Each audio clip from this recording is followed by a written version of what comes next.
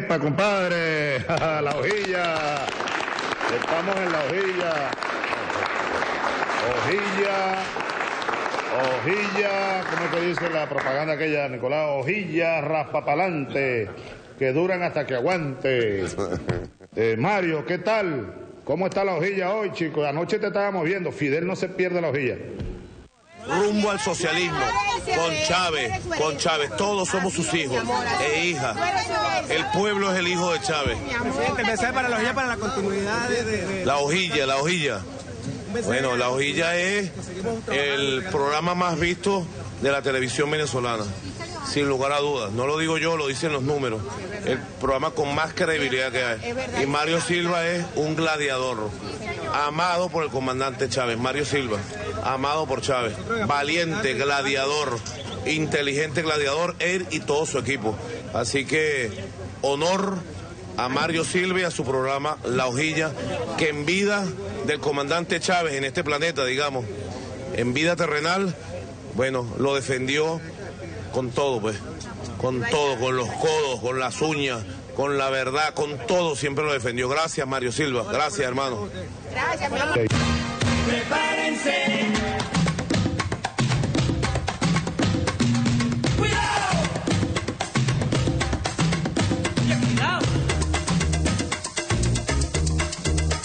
Bueno, yo además de cristiano, yo no soy solo cristiano. Yo soy un revolucionario y también soy marxista. Asumo el marxismo. Revolución es sentido del momento histórico. Es cambiar todo lo que debe ser cambiado. Es igualdad y libertad plena. No se trata de solo de hablarlo y proclamarlo, hay que construir el socialismo, nuestro socialismo en el siglo XXI, en Venezuela, en el marco de América Latina y en el marco de los acontecimientos mundiales.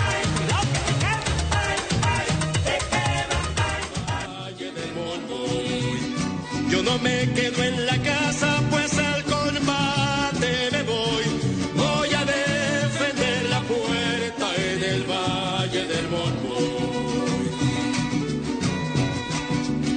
San Benito, échate un palo y canta con alegría, que en Motatán los tambores ya resuenan por la vida.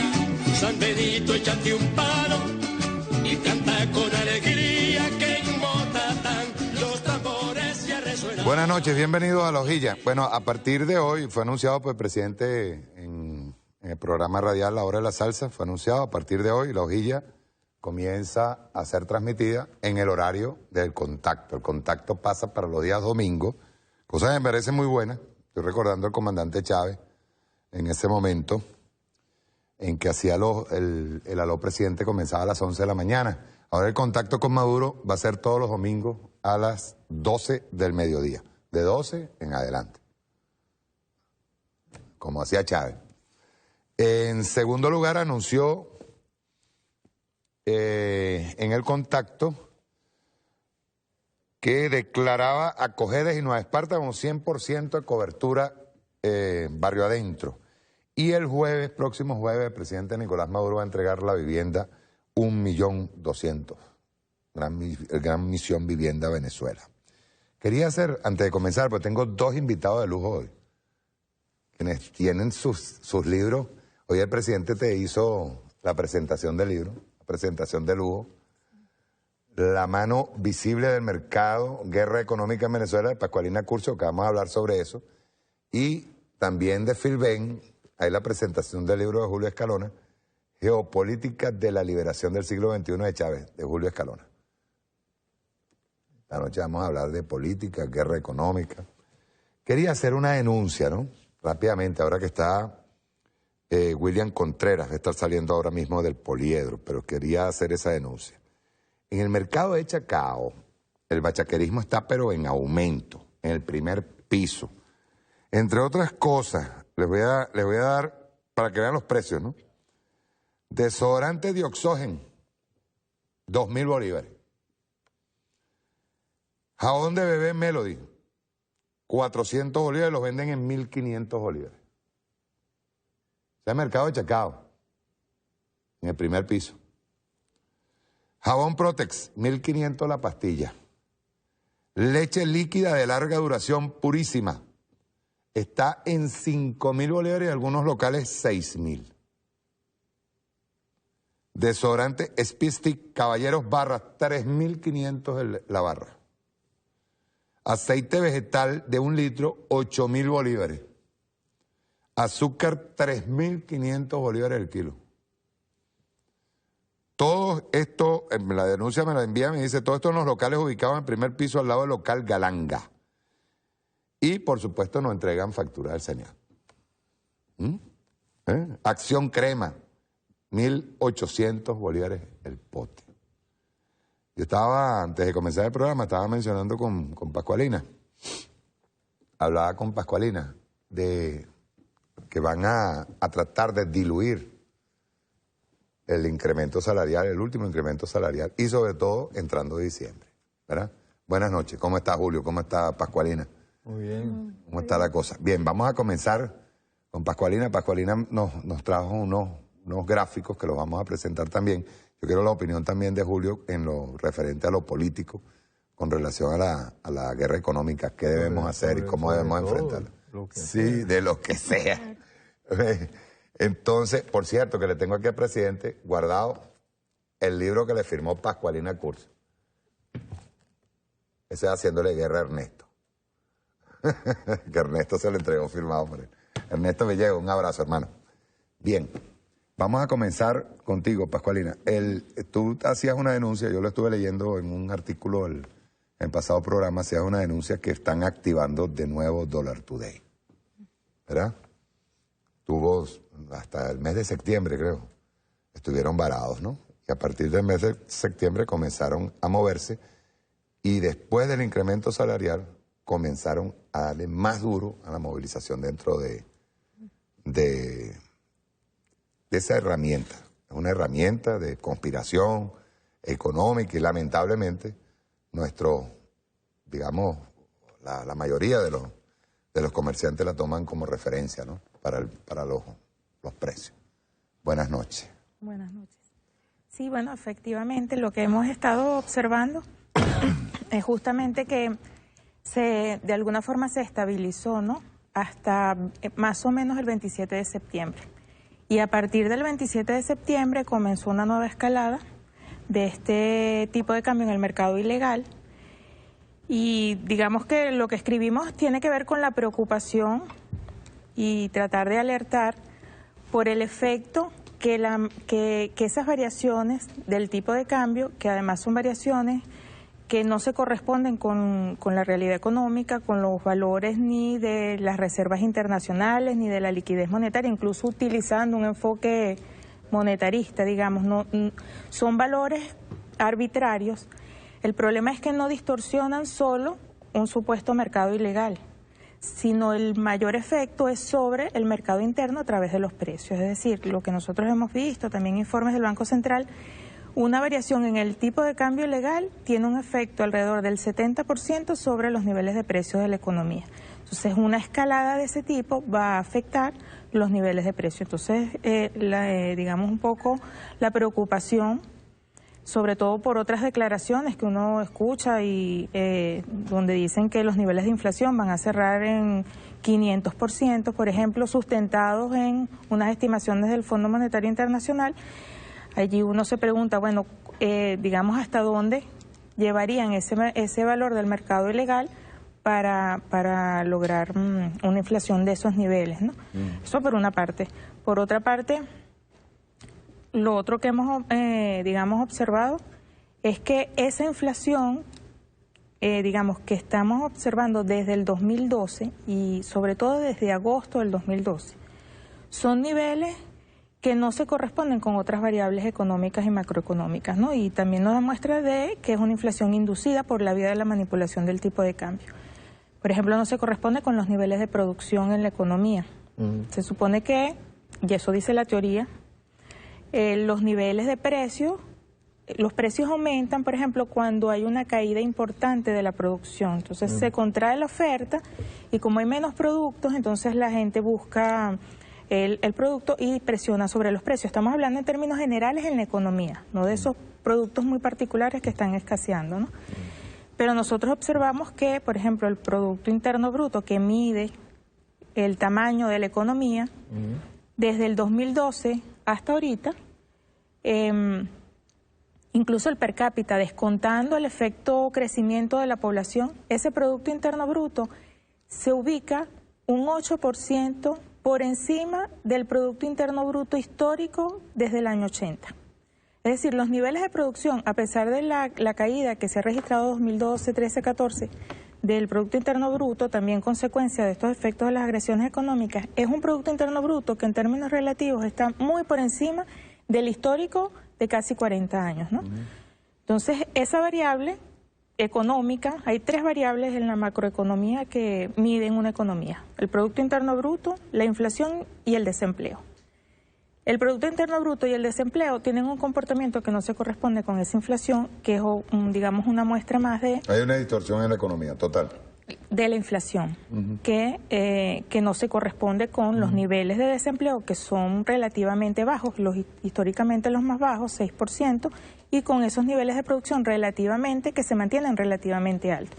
Entonces, bueno, es un efecto de incrementos de precios que no podemos explicar por una disminución importante de la producción y que viene por la vía de la manipulación del tipo de cambio por los efectos que eso tiene y las características estructurales de la economía.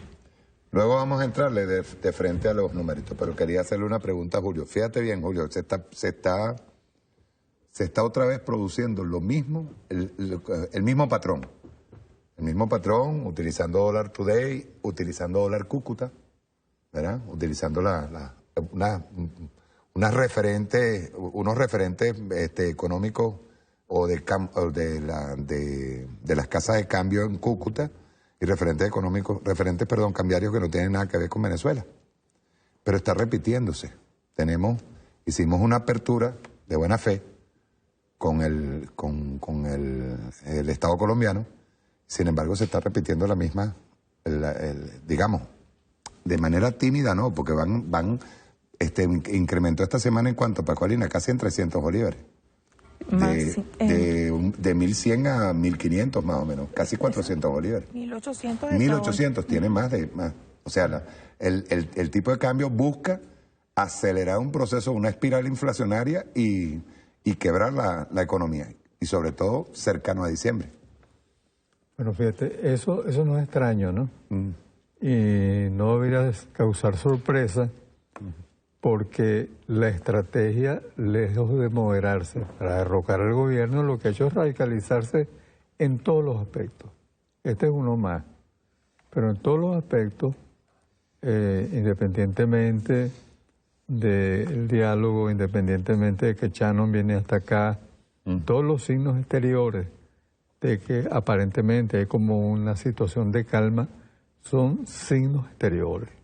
Porque lo que uno revisa, por ejemplo, estas cifras que da Pascualina, y todo lo que revisa en general sobre el funcionamiento de la economía, no tiene que ver con todo lo que comienza a desencadenarse. Fíjate que estos son problemas de tipo geopolítico, por eso que mi libro trata el tema geopolítico.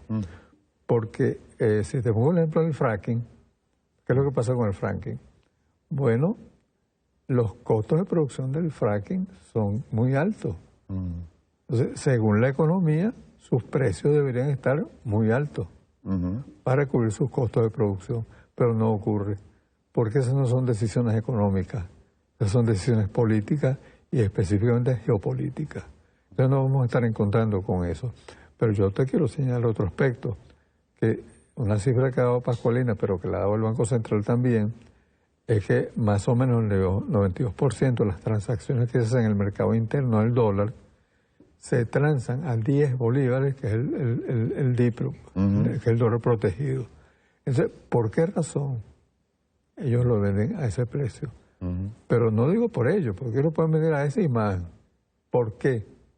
Si el Banco Central sabe que esas transacciones se realizan a 10 bolívares, porque se permite que eso sea una referencia. Es un delito claramente establecido. Es decir, no hay ninguna razón por la cual los de Colombia y el dólar, ellos pueden poner el precio que les dé la gana.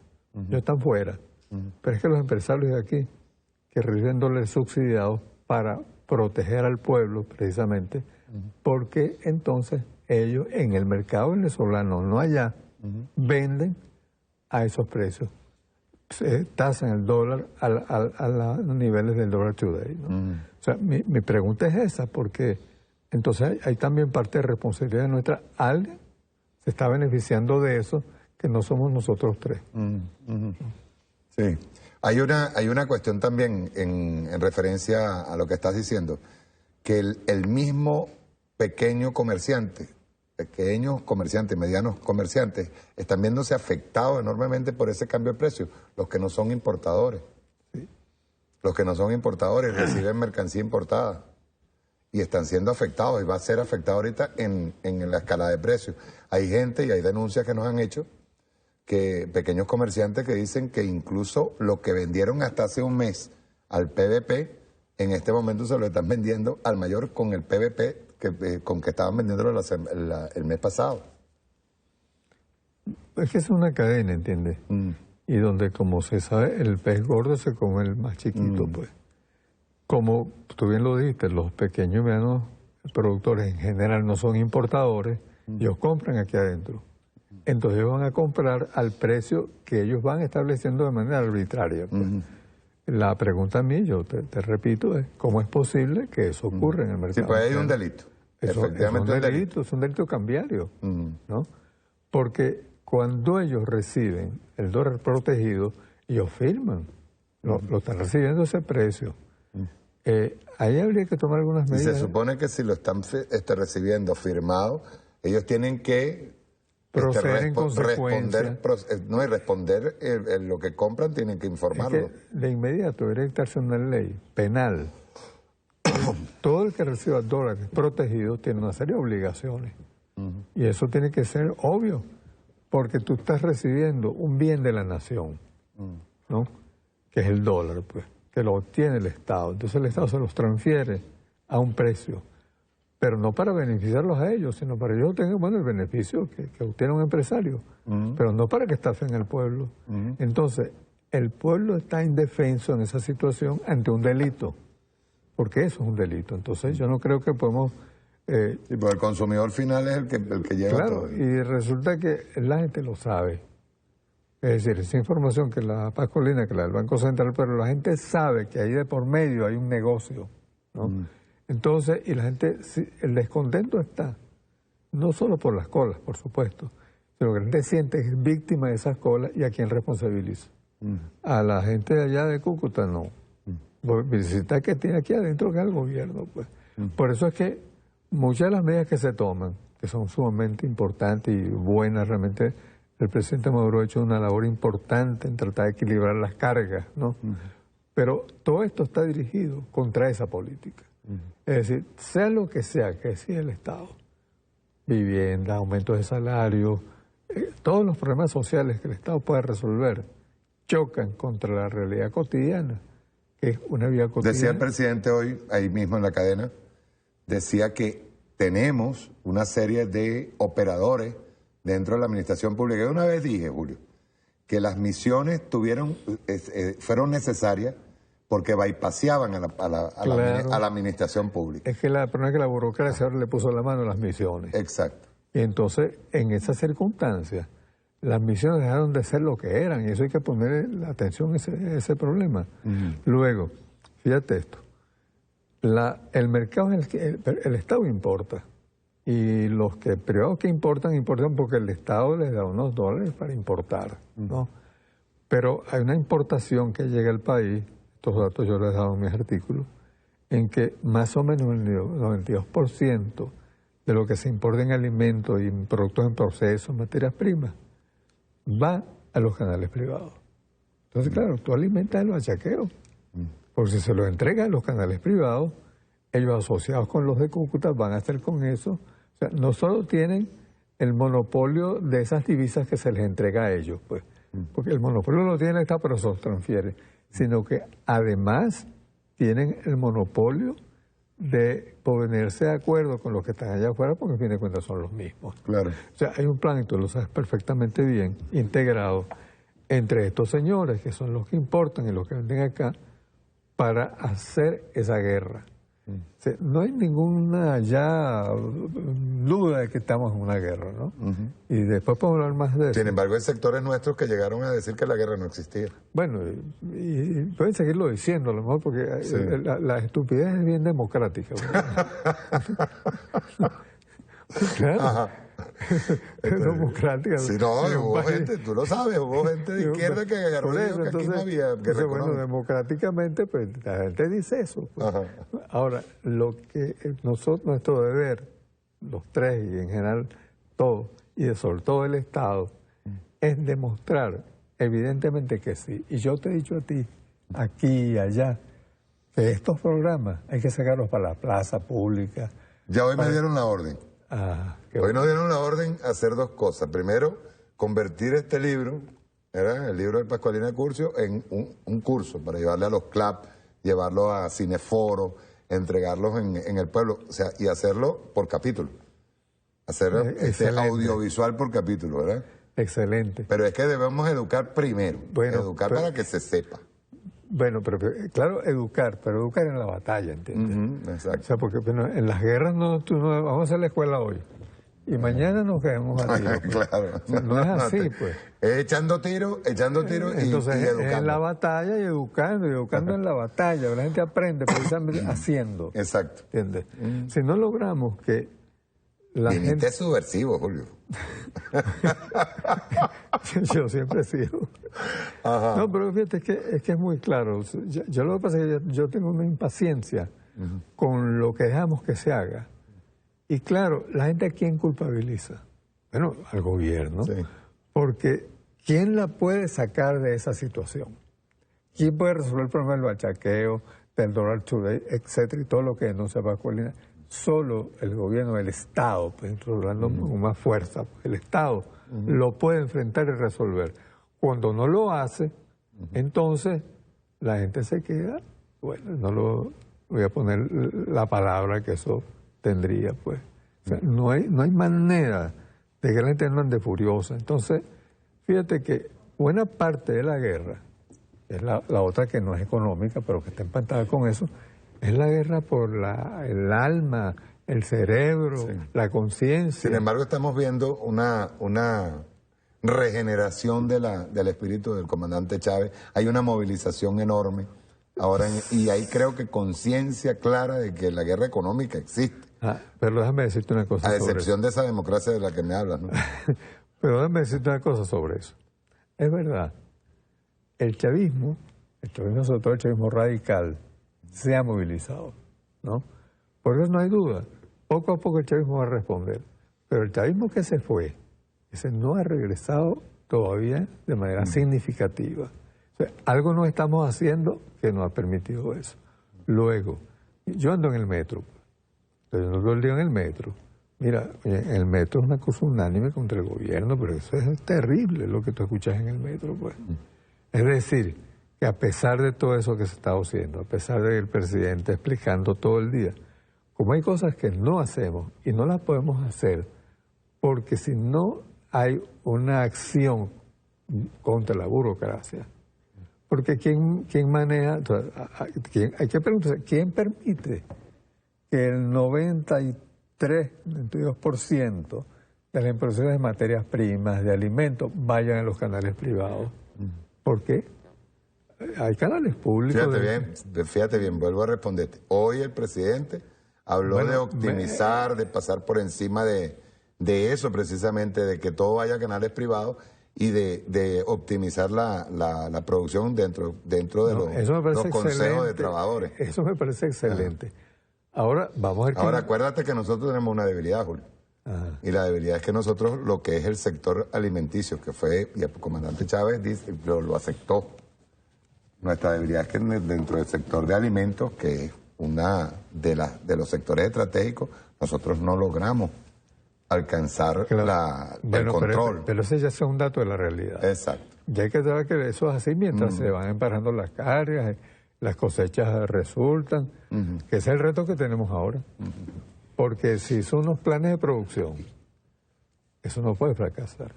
O sea, no tenemos opción. Lo que la gente vea que hay productos porque se ha anunciado, se han señalado las cifras. Fíjate lo que significaría que eso no es resultado. Es gravísimo, ¿no? Sí. Porque la gente no nos puede perdonar todos los días, pues, ¿no? Porque es verdad, no es fácil todo esto, pues. El pueblo y una parte puede entender que, verdad, las dificultades son reales, pero bueno, tenemos un tiempo enfrentando las colas y nos han derrotado las colas. Y yo ahorita vine, oye, y sentí que había colas más grandes incluso, ¿entiendes? Es decir, que las colas, lejos de retroceder, están ahí. Y mientras haya una cola en el país, y yo entiendo que por eso me parece que tome esas medidas. Ahora, las anunció ya, eso debería verse el resultado en el corto plazo. Si no ocurre, entonces es un problema, porque es la palabra del presidente. Entonces, y nosotros tenemos que cuidar la palabra del presidente. Nosotros tenemos que trabajar porque esa palabra se cumpla, no porque no lo va a cumplir, sino porque todo lo que esté en el medio permita que eso se haga. Y para eso hay que cambiar lo que está en el medio. Sí, señor. Entonces, vamos con Pascualina. Vamos a demostrar en cifras cómo está trabajando la producción, porque hay una cosa que también luego vamos a hablar de ello. Fábrica parada, fábrica que hay que tomar, ¿verdad? Porque no solamente que hay que tomar, es que es una cuestión de Estado, seguridad de Estado, ¿me entiendes? El sector, aparte que en otro país del mundo, donde hagan eso, son sancionados. Exacto, y van presos. Sí. Vayan a hacer eso en Estados Unidos, con el reino de la democracia, entre comillas, para ver qué va a pasar. A ver que haya un paro de empresarios allá. Sí, que vaya a ver cómo termina. Yo me paro hoy, no quiero producir porque no me gusta el gobierno. Por cierto, una pregunta, ¿quién va ganando? Hillary. El status quo, olvídense de Trump, el status quo triunfa allí.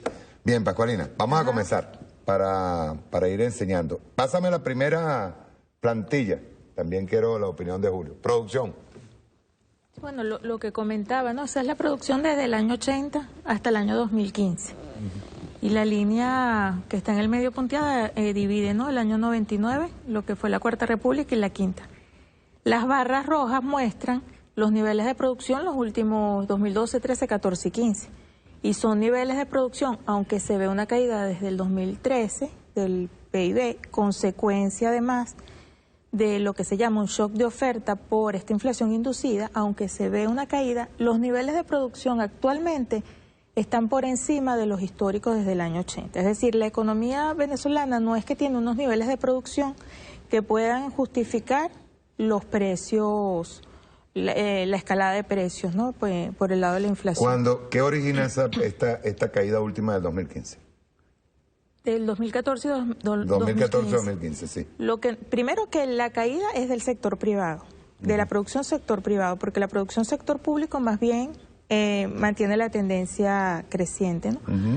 Pero lo que tiene que ver, y es lo que nosotros hemos visto, es el efecto escalada de precios. ¿Cuál es el mecanismo?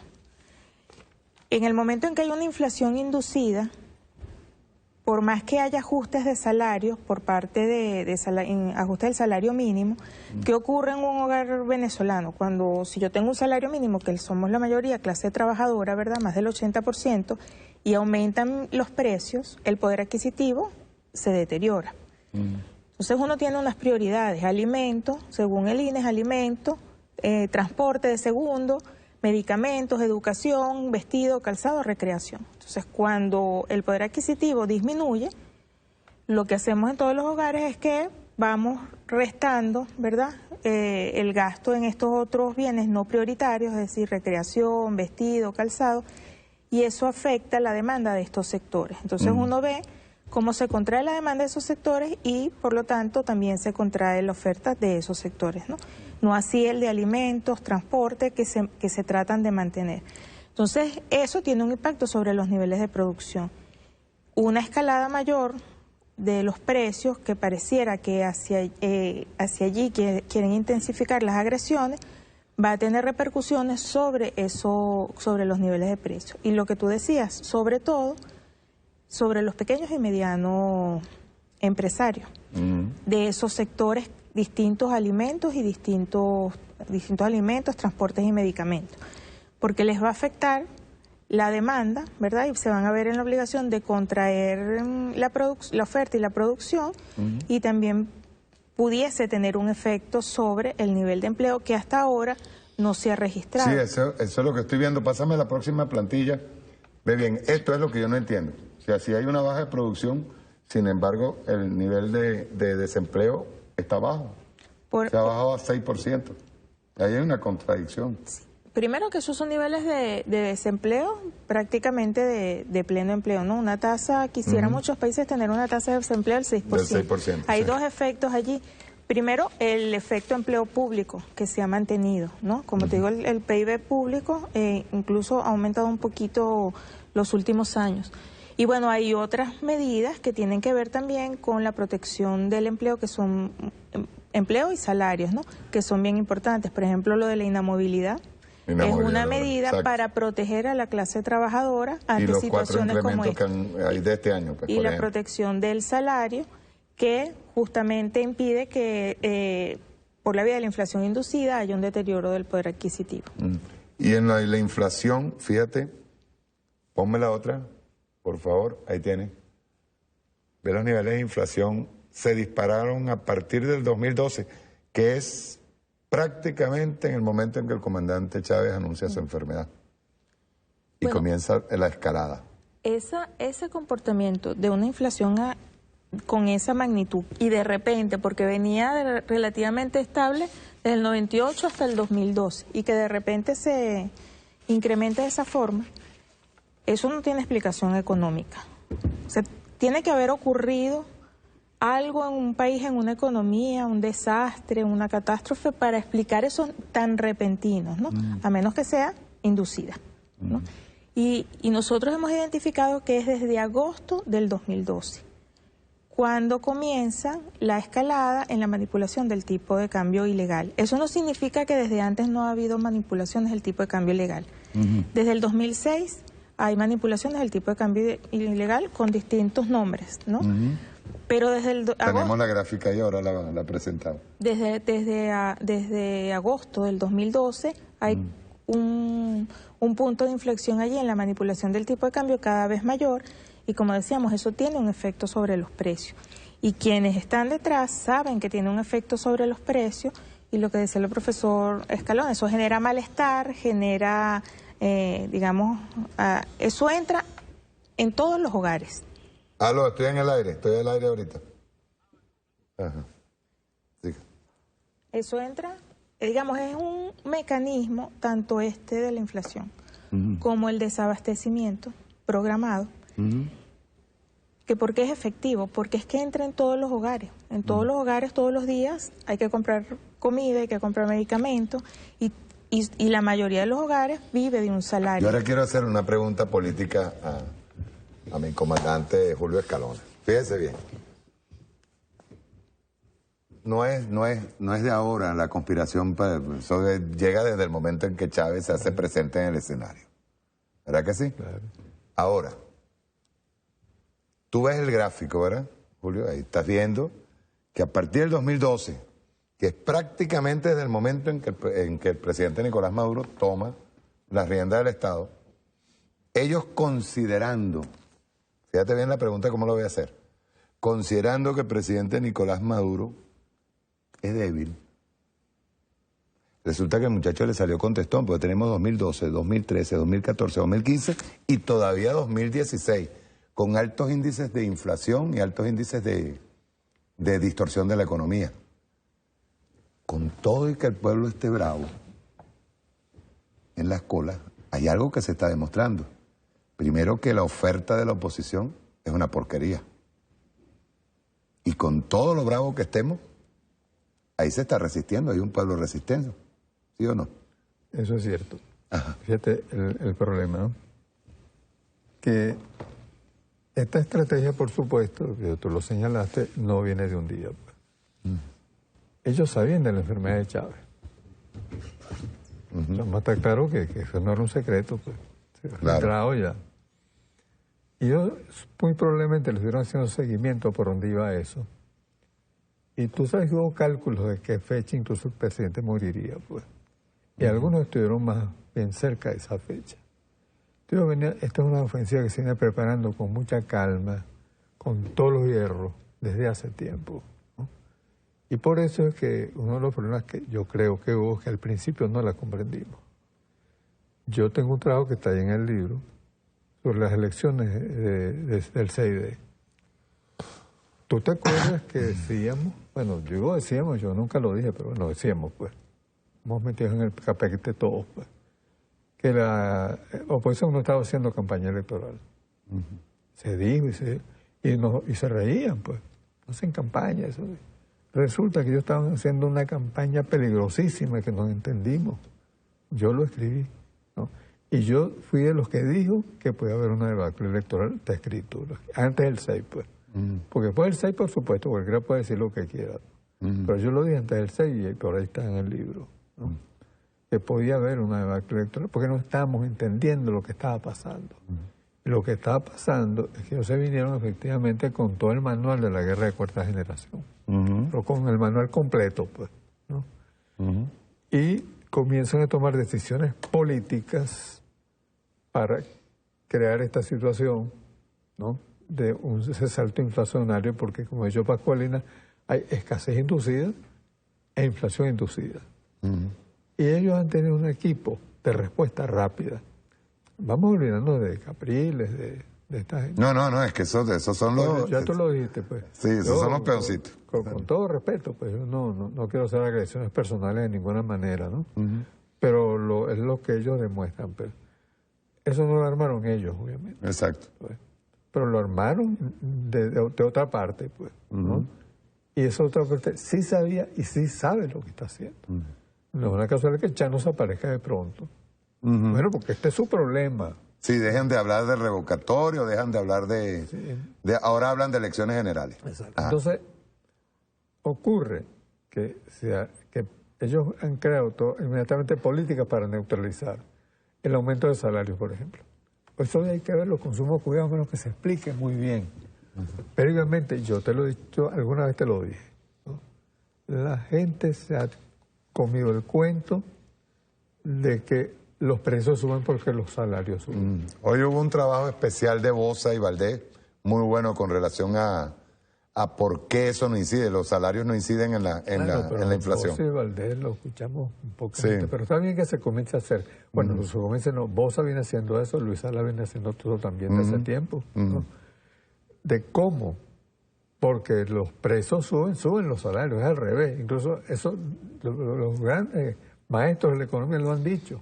O sea, ellos ni siquiera son discípulos de Friedman.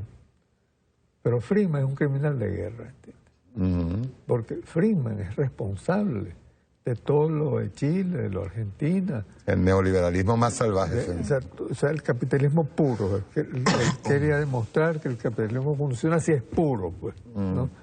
Pero resulta que el puro capitalismo conduce a todo esto, ¿no? Entonces, lo que te quiero decir es que ellos armaron una cosa global y nosotros le hemos ido enfrentando parcialmente. No terminamos de entender la trama completa, pues.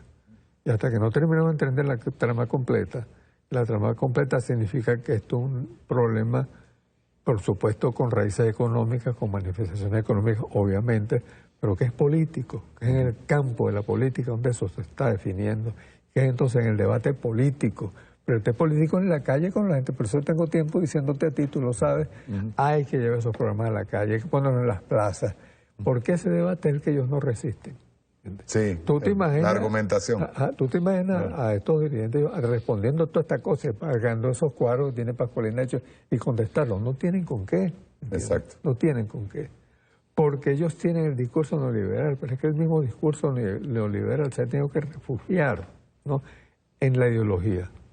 Y por lo tanto en las armas de convicción psicológica, mediática, para poderse sostener.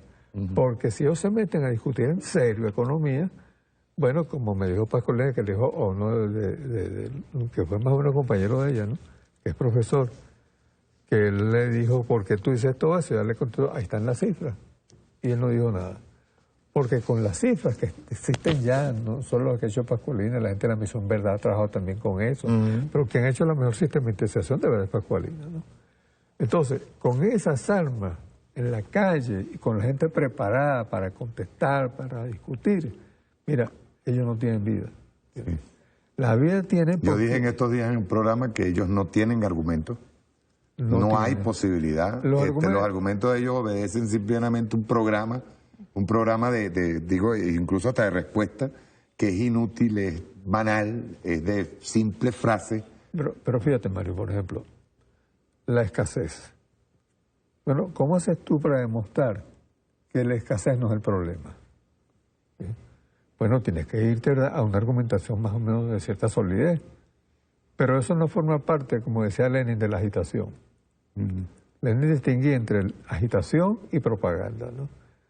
La propaganda es el gran ideas complejas, que no entienden mucho. Y la agitación, ideas sencillas que entienden mucho, ¿no? Entonces nosotros hacemos mucha agitación. Y también te lo he dicho antes, pues. ¿No? En varias conversaciones yo te he dicho, está bien la agitación.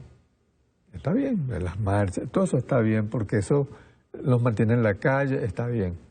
Pero mira, yo no sé qué podía hacer yo un día en una de esas marchas, que lo que tenían en los micrófonos era, Chávez, te lo juro, mi voto es para Maduro. Eso dicho hace un mes. Bueno, porque entonces la gente no tiene otras consignas. Mira, en el acto del Poliedro, que el presidente convocó para el Congreso de la Patria, ¿no? Ponle atención, si se grababa las consignas que se voceaban ahí, ¿no? Mientras el presidente estaba hablando de que había que renovar, ¿qué dijo? Al PSUV. Tú escuchabas las consignas allá, y era otra cosa. Pero no porque la gente estuviera en contra de lo que el presidente Maduro estaba diciendo, sino porque los que hacen las consignas no han cambiado, tienen el mismo disco. Entonces reproducen el disco de hace un año, no sé cuánto ya, pues. Porque eso es la campaña electoral de Maduro. Chávez, te juro, mi voto por Maduro. Sí. ¿Cómo tú gritas eso ahora, pues? Bueno, pero entonces nuestros problemas son de una carencia política que no hemos resuelto, pues. Y que no le hemos prestado atención a la política, pues con P mayúscula. Y no le hemos prestado atención al problema educativo. Mira, hay procesos como estos. Había un gran esfuerzo en la educación y la salud, por ejemplo. Pero han logrado deteriorar eso. Entonces, ¿cómo se ha deteriorado la salud? Porque nuestros mejores especialistas se están yendo, pues le están ofreciendo contratos que no pueden rechazar. Incluso compañeros nuestros. Sí, pero eso es algo al final, Julio, yo diría que eso es también cuestión de conciencia. Hay muchos que se van a ir, ve bien lo que te voy a explicar. Los que se van a ir es porque realmente no piensan en función de, patria, país, socialismo. No, yo voy a otra cosa. Que creo que esa es otra cosa que tenemos que... Claro, pero yo voy entonces a otra cosa. Si tú sigues con el discurso, o sea, así, grueso, de que hay salud gratuita, hay salud no sé qué, la gente que escucha sabe que eso se ha deteriorado por muchas razones, entre otras esas que tú estás diciendo.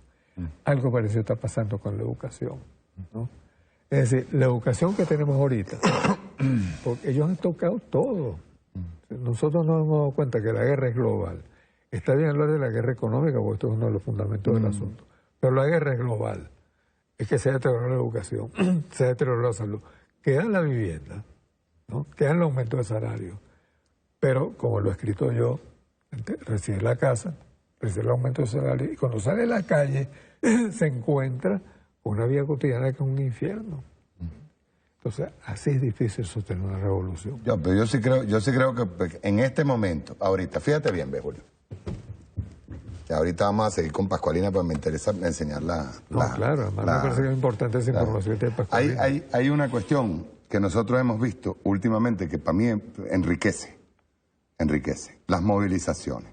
Yo sé que tenemos un problema, por eso te digo, los defectos están allí y los defectos hay que corregirlos. Pero también tenemos una guerra, pero terrible, Julio, muy terrible, que nos invade permanentemente. ¿Qué tenemos que hacer nosotros? Yo creo que este es un tiempo de concientización, es un tiempo de conciencia, es un tiempo de agarrar y decir, incluso hasta pasar por encima de lo cotidiano y entender que nosotros estamos inmersos en una guerra. Y esa guerra, obviamente, ellos a medida que venga diciembre, Julio, van a incrementar ese infierno del que tú hablas. Claro. Eso es verdad. Pero también nosotros tenemos que agarrar y subir en conciencia. Conciencia porque nosotros, incluso, ha sido una de las quejas mías, nosotros incluso hemos adolecido de las escuelas de cuadro. De las escuelas de conciencia, de estar todos los días peleando sobre eso. El presidente, el comandante, mira, el comandante presidente ahí, Nicolás, tiene una tarea inmensa encima. No, cómo no. Y te digo, un peso inmenso encima. Seguro. Y no está, como tú tienes toda la razón ahorita cuando tú me dices a mí, que no está enfrentando ni a Capriles, ni a Henry Ramos, ni a sus lacayitos aquí, los que se mueven aquí. Que yo sí te los descalifico rapidito, porque eso de liderazgo no tienen nada. Ahora, lo que está enfrentando el presidente, te lo digo, pues ponme la próxima plantilla para que veas esto. Ve el tipo de cambio, Julio. El tipo de cambio. Y te estoy hablando, por eso te digo, si el presidente Nicolás Maduro desde el año 2012, que ellos pensaban que era blando, iba a caer pronto. Ellos incluso llegaron a pensar que en el 2013 estaba listo. Sí, desde el momento en que el presidente Chávez murió, el presidente Maduro estaba madurito para que lo sacaran. No. ¿Tú sabes lo que es que este pueblo haya soportado esto? No, yo sé. Sí, es terrible. Claro. O sea, ahorita yo creo que estamos en un momento de conciencia y movilización. La movilización de hoy en Anzoátegui. La movilización el otro día en Maturín. Diosdado moviéndose por un lado y el presidente trabajando por el otro. O sea, y las contradicciones de esa guerra también, Julio. Por ejemplo, que me digan a mí, uno de la oposición, porque sé que no es la oposición, es Estados Unidos el que están mandando ahora se olvide la palabra revocatorio para pasar a la palabra elecciones generales. Que, por ejemplo, me digan a mí, en este momento, que al presidente Nicolás Maduro se le va a hacer un juicio político. Es tremenda contradicción. Se le va a hacer un juicio político por abandono de cargo cuando estaba metido en los países árabes, tratando de subir los precios del petróleo. O sea, coño, la oposición misma cae por sus propias contradicciones. Incluso quienes preparan la propaganda detrás, Julio, se están cayendo. Se están cayendo y les está pasando el tiempo. Como decía Diosdado el otro día en el programa, se les acabó el saldo. Y ahora ves gente, sí, efectivamente, sí. Vamos a tener mercado, vamos a tener empresas, por ejemplo, como el caso de Lorenzo Mendoza, Julio, que agarra y declara frente a la encrucijada, declara públicamente que el SEBIN lo está vigilando. No, papá, es que yo no lo estuviera vigilando, es que yo lo estuviera metido obreros ahí adentro. Yo lo estuviera obligando, porque es una empresa que se debe a la nación, por más privada que sea, Julio. Eso es alimento, es arepa. O como me decía el otro día Ricardo aquí, a nosotros nos dicen, están resucitando vainas de la colonia. Ahora resulta que nos dicen los come maíz. Y ellos son los come trigo. O sea, lo que sí yo, obviamente, y eso tengo que verlo bajo ese punto de vista, estoy viendo es una removilización a nivel nacional, que debería aprovecharse, eso sí, lo digo con toda certeza, tiene que aprovecharse para concientizar. Pero hay que atacar, compadre. No. Pasar el ataque. Yo no tengo, déjame completar, repito una cosa, porque yo quiero darle tiempo a Pascualina, de verdad. Mira, el problema, Mario, yo no tengo ningún desacuerdo con eso que estás diciendo. Yo sí creo que hay, como tú dices, removilización. Pero no hace falta un discurso para todo el pueblo. No existe. ¿No? Hace falta un discurso para el chavismo que se fue. Todavía no lo tenemos. ¿No? Y hace falta... Coño, ¿tú quieres que te diga algo? Yo pienso que ese chavismo que me dices tú que se fue y que no ha regresado, tampoco encuentra el discurso en la oposición. No, es que claro que sí. Es terrible. No, es verdad. Por eso, menos mal que no lo encuentra. ¿No? Entonces, en esas condiciones, el problema de la palabra educación cobra una relevancia muy grande. Ahora, sobre la educación hay una discusión que hacer también. ¿Qué es lo que es educar? Pues? ¿Y qué es eso que tú llamas concientizar o concienciar? Porque hay un principio que es que se aprende haciendo, creando, compartiendo. Exacto. Si nosotros generamos un rol de hacer, de crear y compartir, no hay educación. Okay. O sea, la educación no se hace en los mitines, la educación no se hace con las consignas en la pared. La educación no Por se eso hace... la orden hoy del presidente de ir a las calles, ir a los cineforos, y hablar con... Es una orden que hoy dio al No, presidente. por eso me parece importantísimo. Pero entonces hay que rediscutir qué es lo que es educar, pues. Entonces hay que volver a los clásicos de eso, pues. Comenzando por los marxistas, como comenzando por el brasileño Paulo Freire. Pues. Porque si no aplicamos esos principios, nos quedamos en la agitación, en los discursos. Una clase que es pascualina no es suficiente. Con todo, es un salto, ¿entiendes? Es un salto casi que copernicano. Pues. Entonces, sacar a pascualina, hablar con la gente, eso que hemos hablado antes, pero está bien, gracias que se está haciendo y se va a hacer. No es solamente el hecho de pascualina. Lo que está haciendo pascualina hay que multiplicarlo por 10. Exacto, entonces los procesos multiplicadores también son complejos. Entonces hay que meterse en que este problema de derrotarlos a ellos requiere el uso de todas nuestras facultades, que son por supuesto muchas, de todas nuestras posibilidades, que son muchas.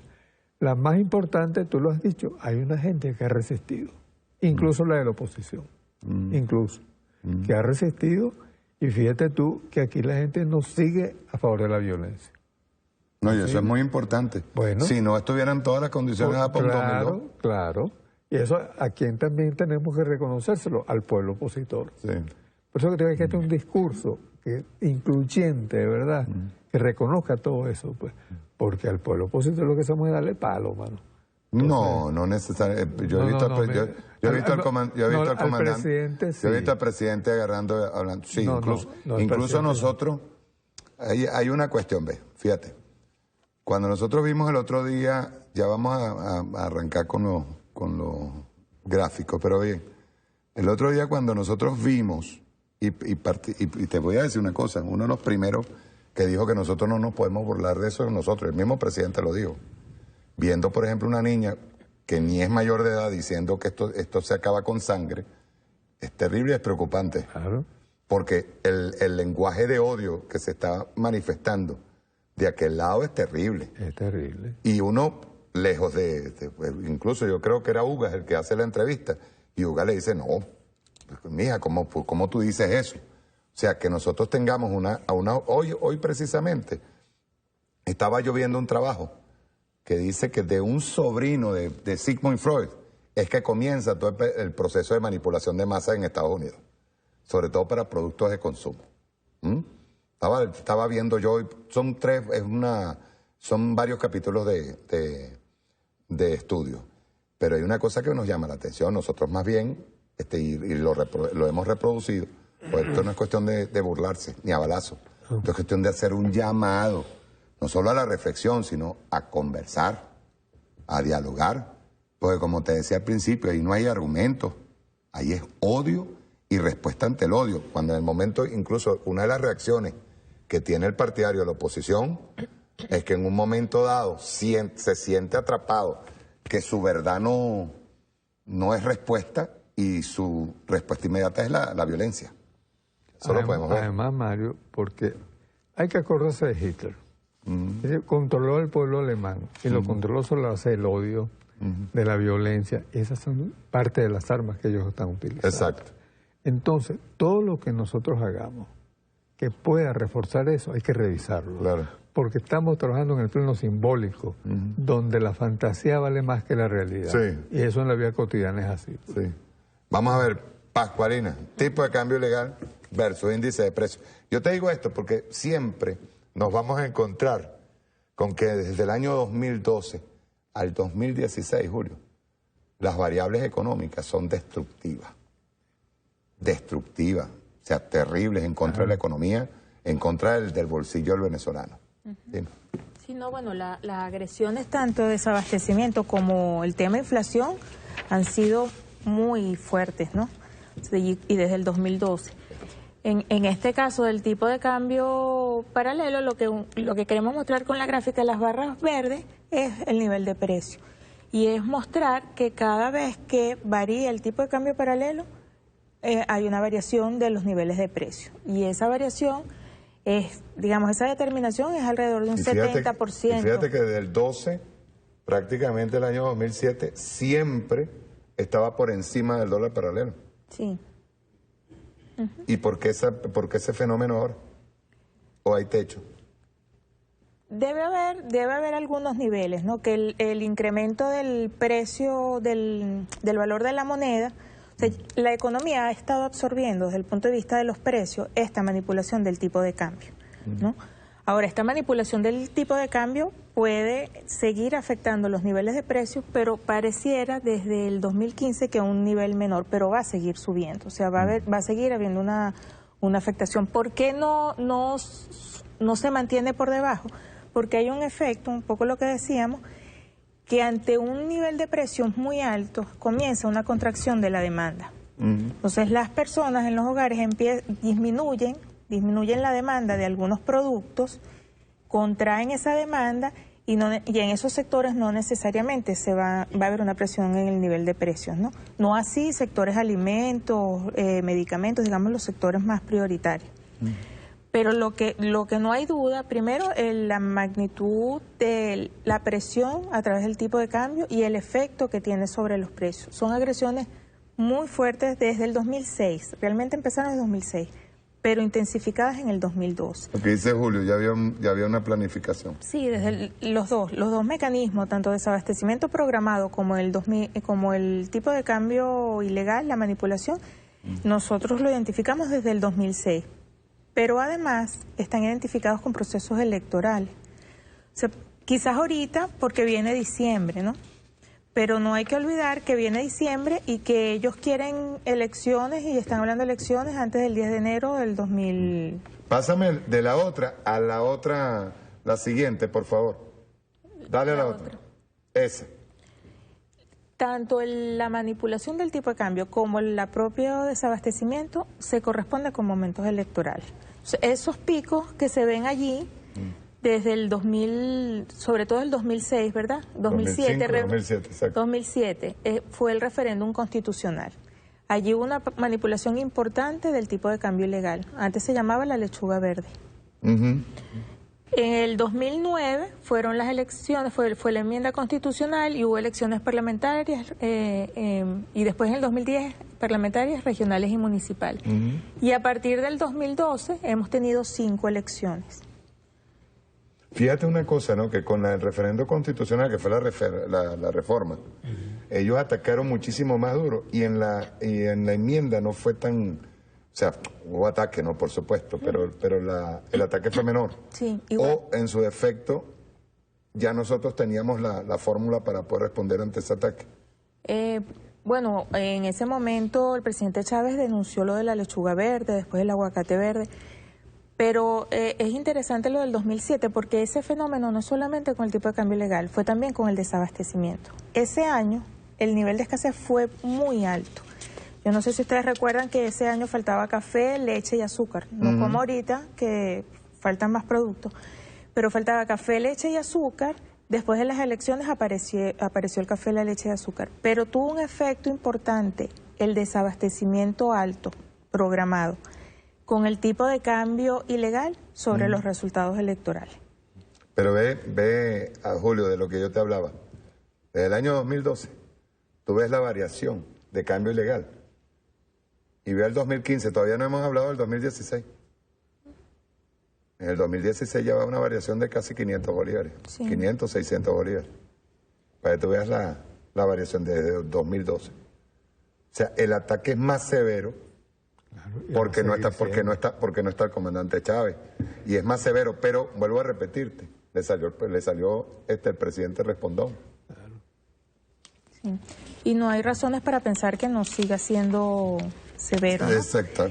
Entre otras cosas, bueno, porque ya está anunciado incluso unas elecciones a mediados de año que son las regionales. Y si este es el patrón de comportamiento, que cada vez que se anuncia un cronograma electoral comienza una escalada del tipo de cambio, bueno, porque ellos han visto que es efectivo, ¿no? Es efectivo. es efectivo porque entra en todos los hogares el deterioro del poder adquisitivo o el desabastecimiento en el otro caso. Quería poner y este es bien interesante, quiero que me opine Julio. También, pásame el siguiente. Ve lo que yo te decía, ¿ves, Julio? De lo que hablábamos. Inflación versus pobreza. Tienes hogares en pobreza extrema por ingreso y tienes la inflación. Ve al final, del 2015. Sí. Y sin embargo, por la protección de salarios y por las protecciones hechas, bueno, en medio de esta guerra, pues yo repito, el problema número uno es que nosotros no hemos ocupado, y ojo, en 18 años de revolución, no se ha ocupado un sector estratégico completamente y tomar control sobre el sector estratégico de alimentos. Creo que ha sido un error de la revolución en 18 años. ¿Sí? Ahora, lo que está detrás de esta gráfica es que a pesar de las agresiones tan fuertes con el tipo de cambio ilegal, ha habido una contención de los efectos, en este caso de la pobreza. Entonces, ¿y a qué se debe, no? O sea, se debe justamente a lo que ha sido también muy atacado, que es el modelo a partir del 99. Entonces, ha sido un modelo que ha permitido, a pesar de porque esos niveles de inflación tan altos, fíjense que antes del 99 los niveles de inflación y pobreza prácticamente se comportaban igual. Después del 99, también algunos incrementos de inflación implican aumentos de pobreza. Por ejemplo, ese pico que está allí es el del 2002-2003, el cercano al 99. Pero estos niveles de inflación que hemos tenido recientemente, que es inducida, uno esperaría entonces que esa línea roja también se disparara, ¿verdad? Que es el comportamiento histórico.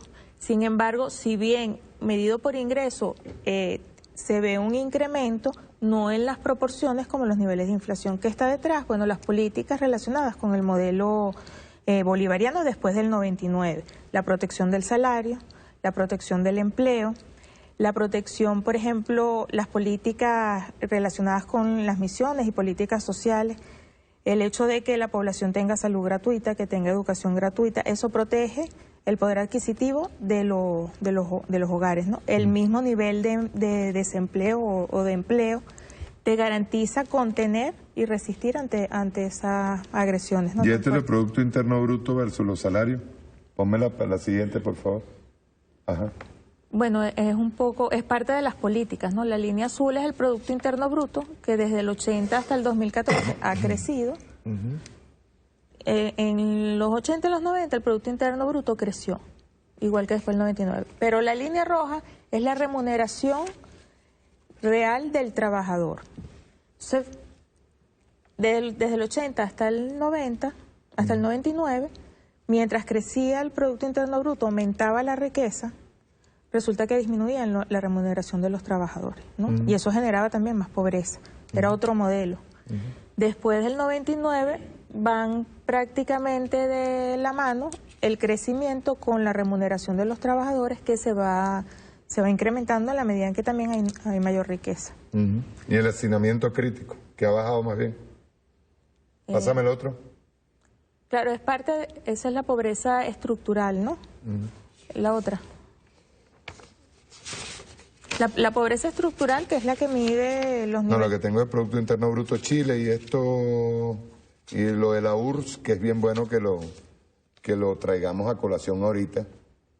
Lo traigamos a colación, pero vamos a hablarlo al final. Yo quiero entrarle al tema de Chile, al tema de lo que explicamos ahí de la Unión Soviética. En el momento en que tiene la crisis similar, y yo leí ese artículo, por cierto, el de Valentín Ruznikova, que estuvo muy bueno, hablando, o sea, precisamente se mostraba todo lo malo cuando realmente los números estaban dando otros resultados. ¿Está bien? Vamos a un corte y regresamos.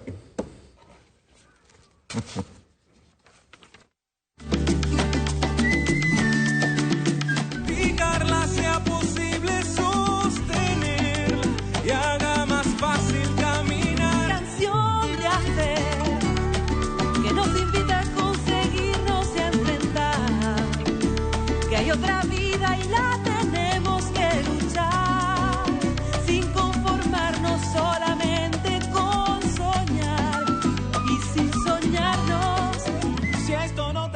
Continuamos. Bien, entramos a Chile en 1970-1973. El tema es que nosotros siempre hablábamos de Chile, sin embargo vamos a tener un comentario. Pero hay un fenómeno que está enmarcado en la Unión Soviética en 1985-1990. Yo siempre he dicho, Julio, que Chávez fue como una especie de fenómeno, ¿no? Porque en pleno de sangre de la Unión Soviética y caída de la Unión Soviética, Chávez emerge como un faro y como una especie de encrucijada, pues, ante todas las ideas de izquierda, ¿no? Todo el pensamiento de izquierda. Pero vamos con Chile, 1970, tenemos allí la foto de las colas en ese momento, en Chile. ¿Ok? Pásenme la otra. Ajá. Y dice aquí Hugo Facio, presidente del Banco Central de Chile, desde 1970 hasta 1973. Dice, si uno estudia la cifra de la economía chilena de ese periodo, la producción chilena nunca disminuyó. Entonces, desde ese punto de vista no se explicaba el desabastecimiento. Lo que se produjo fue un gran acaparamiento de productos, cosa que quedó inmediatamente al descubierto después del golpe, o sea, después del golpe inmediatamente el tipo de bienes que no existían, ¿verdad? Ahora están aplicando ¿cómo es lo de distribución y de producción? Desaparecen no la cantidad, sino los envases, por ejemplo. La distribución, y hay una cosa que debemos tomar en cuenta, Julio. Tú lo decías al principio, que todo esto estaba programado. Desde hace 4 años, por ejemplo, panadería, ya decían que habían sido eliminados sus códigos en las transnacionales que le repartían la harina de trigo. Eliminados los códigos. O sea, disminuyeron la lista a donde iban a llegar los productos. Eso pasó también con los mercados. De las transnacionales que iban a llevar, o sea, de esas grandes transnacionales que iban a llevar comida, desaparecieron las codificaciones de los mercados pequeños, de los abastos. Y una explicación que yo di en una oportunidad, Pascualina, era que si algo tenían los capitalistas antes, era hacer crecer su mercado. El número de clientes para ellos era muy importante. Incluso los pequeños. Incluso los pequeños comerciantes, ellos dedicaron, por ejemplo, Empresas Polar, en los años 80-90, dedicó mucho tiempo y esfuerzo al pequeño comerciante, al abasto, ¿verdad? Entonces, explicación aquí de lo de Chile. Va primero contigo, Pascualina, y luego... Bueno, el fenómeno... Pásame el otro, por favor, que es el Producto Interno Bruto de Chile. El fenómeno en Chile de Allende de 1970 y 73 es muy parecido a lo que estamos viviendo nosotros del 2012, ¿no? Con respecto al desabastecimiento. Digamos, los bienes de primera necesidad, los que más consumía el chileno, no se encontraban en los establecimientos, eso implicaba que hicieran largas colas y también también proliferó un mercado ilegal en Chile, justamente donde se desviaban los productos que eran fabricados, pero que después se conseguían en los mercados ilegales que nosotros conocemos como los bachaqueros, pero en ese momento también proliferó. Mercado negro. Sí, el mercado negro, el mercado ilegal, ¿no? Entonces, claro, la gente se vio, digamos, en la necesidad de hacer esas largas colas para esos productos. Cuando uno analiza lo que fue, lo que establece Facio allí y empieza a analizar los indicadores efectivamente de Chile, pues allí notamos, ese es el Producto Interno Bruto de Chile, que es un poco lo que dice Facio, desde 1960 hasta 1984. Resulta que el 71, 72 y 73, que son las barras rojas, son los niveles de producción en Chile. También se ve un efecto de disminución, consecuencia de las agresiones, ¿verdad? Pero resulta que son los niveles de producción, esto es producto per cápita, ya descontada población. Okay. Son niveles de producción relativamente altos, los más altos desde 1960, incluso más altos que cuando comienza la dictadura de Pinochet, y comienzan a recuperarse en el 79-80 con niveles parecidos. Casi 6 años después. un poco más, ¿no? Poco más de 6 años, sí. Llega el nivel del que se tenía en el 71 se logró en el 80, ¿no? Entonces, claro, es un poco lo que nos está ocurriendo ahora, ¿no? No se explicaba la situación de Chile por una disminución de la producción, por una caída abrupta del Producto Interno Bruto, en este caso per cápita, y el mismo Facio establece, bueno, si no era la producción, tiene que haber sido a través de la distribución, ¿no? Además, después del 71, después del 73, pues no hubo más colas, a pesar de que el producto era menor. Y como él comenta, también esta situación de que empezaron a aparecer todos los productos después del 73, del septiembre del 73, ¿no? Entonces, claro, uno empieza a hacer comparaciones del caso Chile y el caso venezolano, y también uno se hace la pregunta, porque en el discurso está que la culpa es de un modelo que quiere avanzar hacia un modelo socialista alternativo a un modelo capitalista.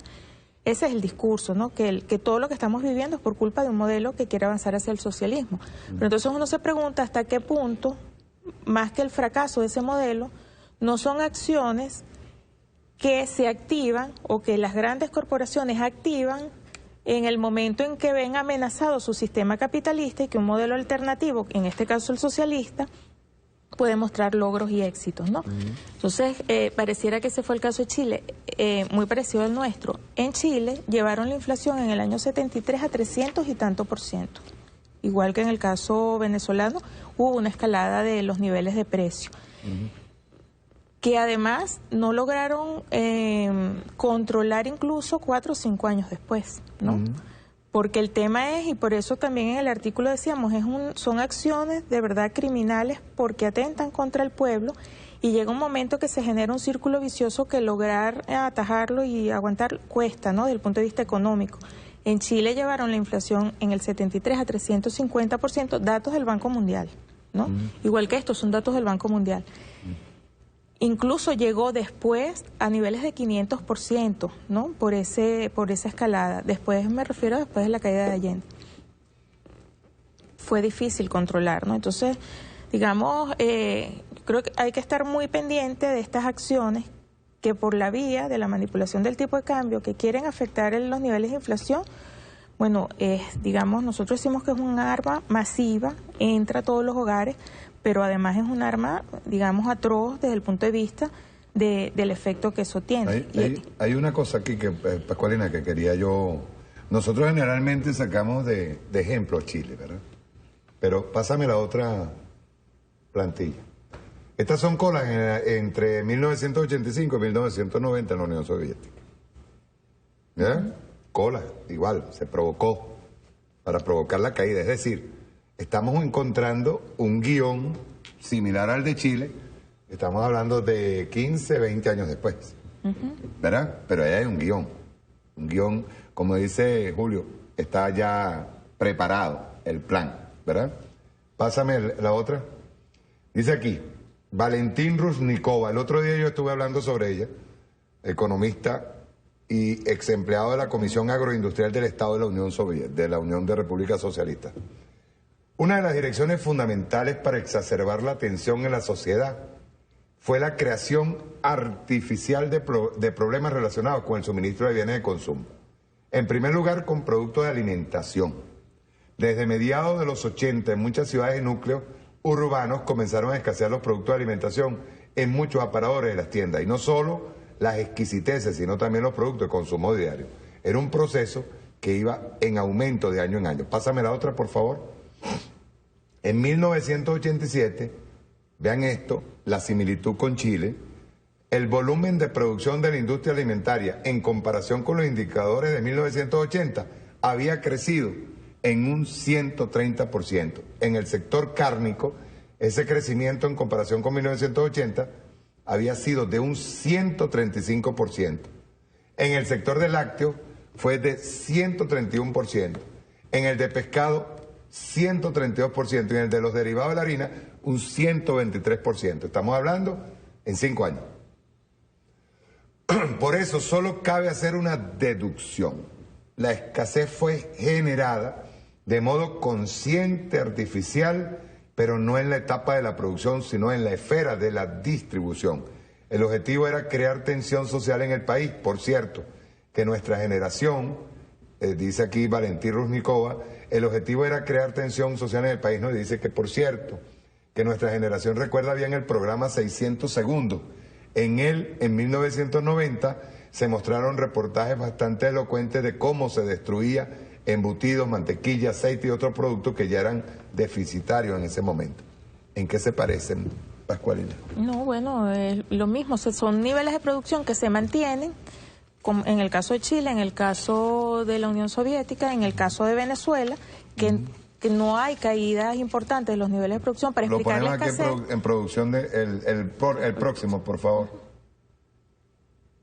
Pásame el otro. Ahí tienes, Producto Interno Bruto de la URSS. Y este es el Producto Interno Bruto per cápita, ya descontado también efecto población, datos del Banco Mundial, desde el 46 hasta el 2008. Las barras rojas están desde el 84 hasta el 90, ¿no? Que fueron los 5 años, después hasta el 90, con la caída del muro de Berlín, los 5 años que también el pueblo se vio sometido a hacer largas colas. Y resulta que los niveles de producción en términos per cápita son los más altos desde 1946, incluso más altos que después del desmantelamiento, digamos, de la Unión Soviética, que se empiezan a recuperar ya es a finales de los años 90, ¿no? Entonces, ¿cómo explicar fenómenos de escasez con los niveles de producción más altos históricamente, ¿no? Dice la cita que acabaste de leer, bueno, pareciera entonces que el problema fue de distribución, no tanto eso, sino que después del 90, todos esos productos que habían sido acaparados, vencidos, entonces hubo que, en ese programa de 600 segundos, pues que destruirlos, ¿no? O en el caso de Chile, que empezaron a aparecer después del 73.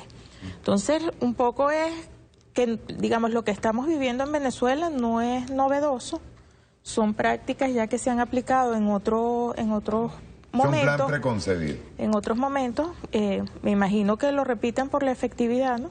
Digamos que tuvieron en ese momento, y es esa pregunta. Entonces, claro, siempre acompañado de un discurso que lo que ocurría, tanto en Chile como en la Unión Soviética, bueno, esas largas colas era el fracaso de un modelo socialista, un modelo alternativo a un modelo capitalista. La pregunta que nos hacemos nosotros es, ¿será que es el fracaso de un modelo, dada esta información? Sí, pues ahí vemos que la producción en pleno sistema capitalista estaba baja. Estaba baja, y en el sistema socialista más bien estaba más alta, ¿no? A pesar de esas colas.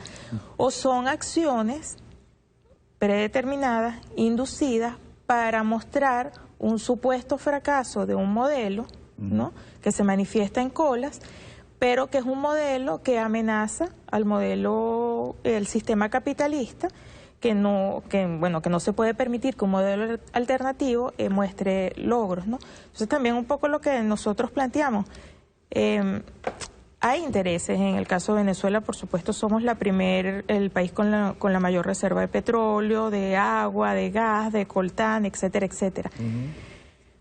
Pero además de eso, lo que está detrás es, digamos, estos intentos para evitar a toda costa que un modelo alternativo muestre los resultados. Nixon lo dijo en el caso de Chile.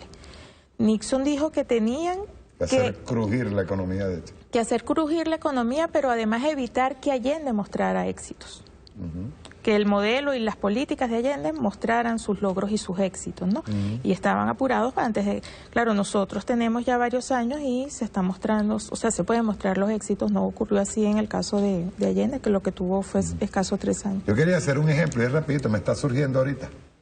Nosotros hicimos una pregunta hace poco, cómo iban las elecciones, ¿cierto? Y dicen Hillary.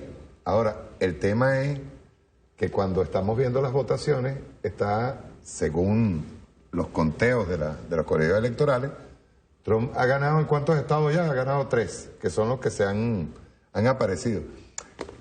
¿Qué estoy tratando de decir? La media internacional que está en contra de Trump, ¿verdad? Porque últimamente fue que aflojaron un poquito. Pero la media internacional que está en contra de Trump estaba en estos momentos indicando que Hillary Clinton estaba ganando. Pero es la media, no es el conteo de los colegios electorales. Sucederá lo mismo que cuando el señor Bush en Florida, porque en Florida está ganando Trump ahorita, según los conteos. No, por eso yo te dije que lo de Florida es grave para Hillary, pues. Ajá. Si esa información es cierta, ¿no? Ajá. Yo creo que hay que esperar un poco porque esta elección de Estados Unidos es diferente realmente a las anteriores, comenzando que un candidato socialista, pues. Y ahora ha aparecido información que Assange la ha estado suministrando de las trampas que le hizo el cogollo demócrata a Bernie Sanders, ¿no? O sea, es un hecho nuevo que va a haber que analizarlo con calma cuando pase todo esto, pues. Sobre todo porque el tipo sigue ahí, pues, ¿no? Él, obviamente, por razones políticas, está respaldando a Hillary Clinton, ¿no? Pues si no es un divisionista y lo votan de una vez, pues, ¿no? Exacto. Y el caso de Trump tiene que ver, digo yo, ¿no? Y con lo que yo estuve un tiempo allá y conocí un poco esa sociedad. Mira, el espíritu conservador de Estados Unidos ha crecido enormemente, ¿no? Es decir, en todo caso, porque los medios, aun cuando no estuviesen apoyando a Trump, crearon toda esa opinión conservadora, reaccionaria, es mediática también en Estados Unidos. Es decir, ellos han ido eliminando la disidencia. O sea, la disidencia se mantiene en Estados Unidos porque hay gente valiente, ¿verdad?, que le echa pichón, pues. Pero tú me preguntas, y la gente no tenía razón, ¿no?, para ser disidente. Porque ellos han ocultado, por ejemplo, los efectos de la crisis de 2007-2008, que fueron terribles, ¿no? Yo quiero decirte que caminando por... Todavía están, ellos no han podido... No han salido de ahí. Pero fíjate estas cosas que la gente no se imagina. Un día yo caminando con mi familia por Manhattan, por una calle, ¿no? Y estaba una pareja, ¿no?, echada sobre unos cartones. Ahora, nosotros los miramos bien, ¿no? La gente blanca, la ropa que tenía era fina, ¿no? Los zapatos. Esa gente acaba de perder la casa. Eso es lo que concluimos. Bueno, hay gente que vive viviendo en el carro, porque le quitaron la casa, ¿no?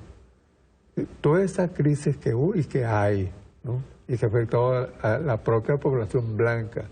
Entonces me llamó un amigo que está por Kansas y me dijo, nunca había visto tanta pobreza. Y yo le pregunto, negro, me dice, no, blanco, me dijo. O sea que hay una expresión allá que es en español basura blanca, ¿no? Basura blanca, o sea que son blancos, pero son basura, pues. Sí. Porque son pobres, porque... Eso está bien explicado en Las uvas de la ira, exacto, de John Steinbeck. Sí. Exacto, ¿no?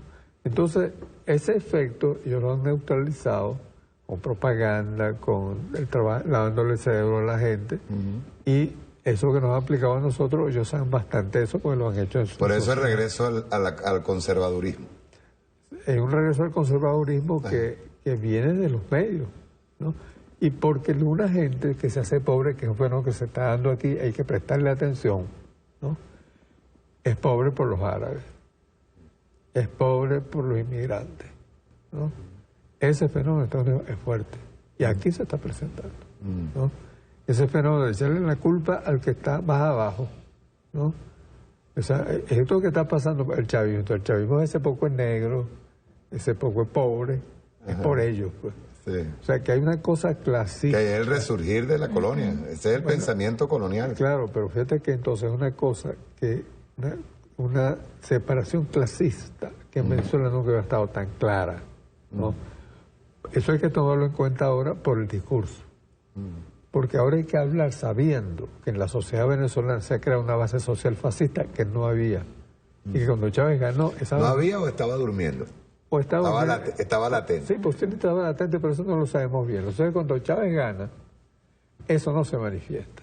Eso comienza a despertar o a construirse, cualquiera de las dos cosas, para los efectos es lo mismo, en esos 17, 18 años. Tú sabes que las crisis desatan miseria, ¿no? Pero déjame decirte una cosa. Si nosotros hubiésemos analizado los resultados electorales con detalle, dónde ganaban ellos, dónde perdíamos nosotros, habíamos previsto esto.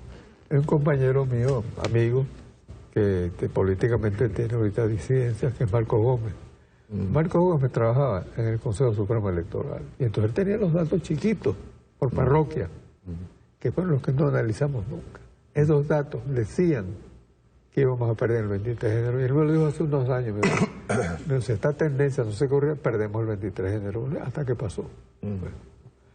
Es decir, que la campaña que se ha hecho en Venezuela, ¿no?, tiene componentes muy serios, ¿no?, en cuanto a este factor de la educación, a este factor clasista, este factor conservador que ha brotado en la sociedad venezolana, que era identificable antes, pero con ciertas superficialidades, pero la profundidad que tiene ahorita como hecho político es un hecho nuevo, ¿no?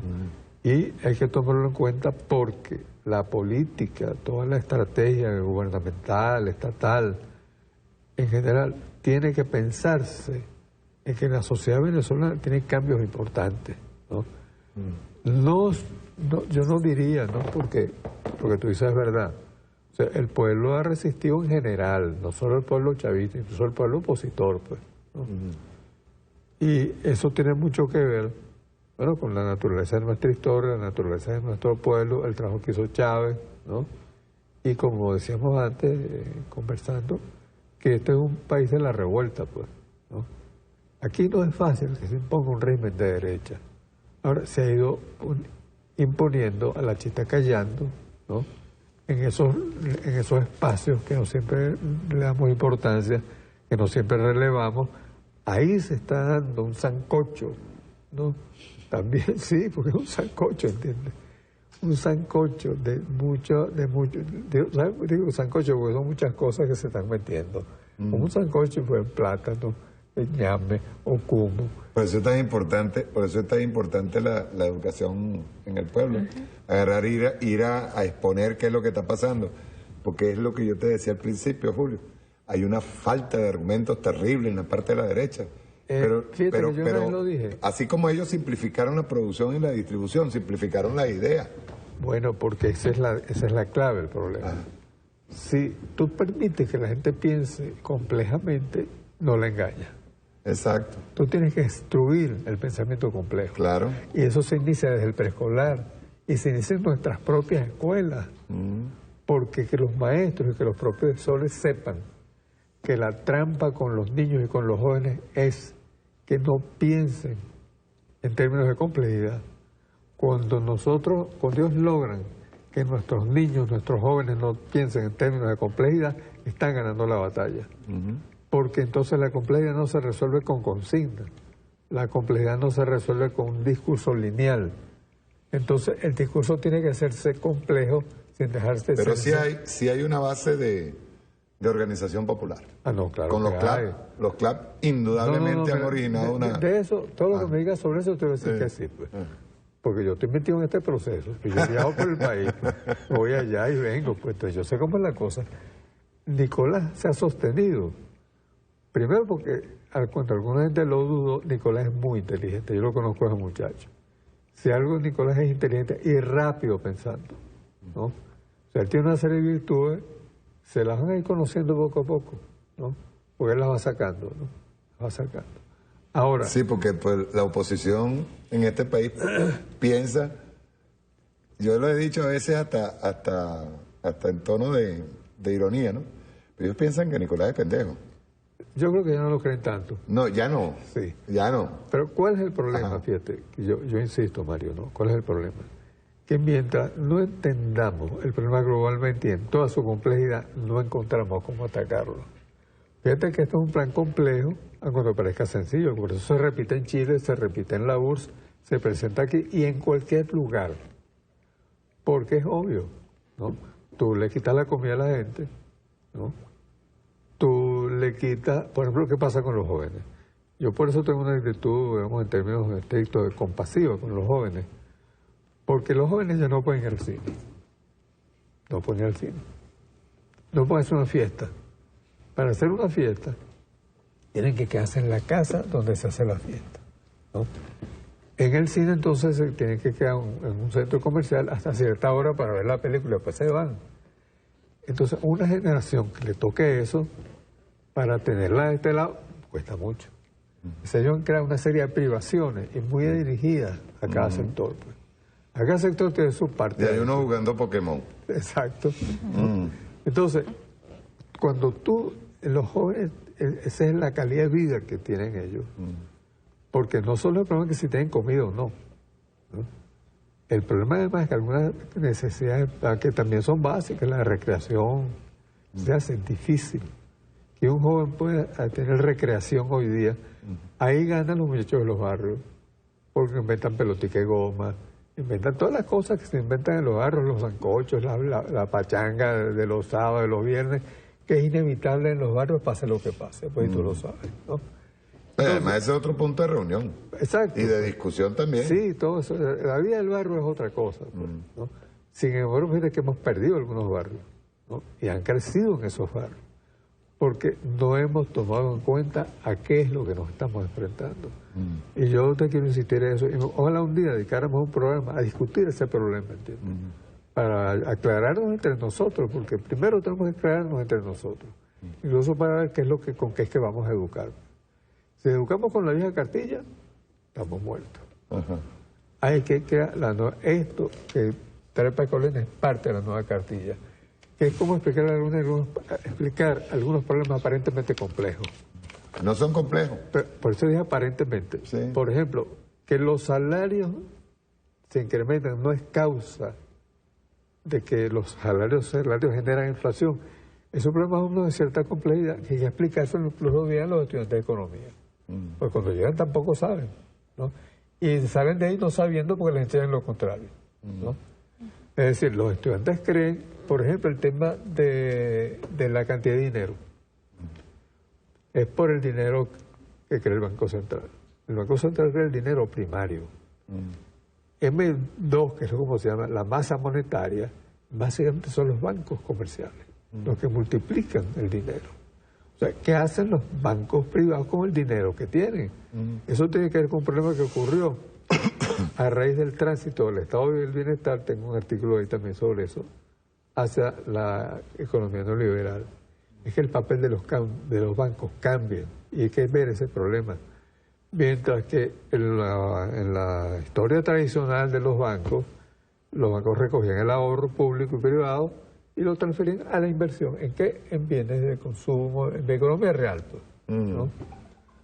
Cuando hay un cambio, que no tengo tiempo de explicarlo ahora, pero un cambio de la economía real a la economía financiera, ¿no?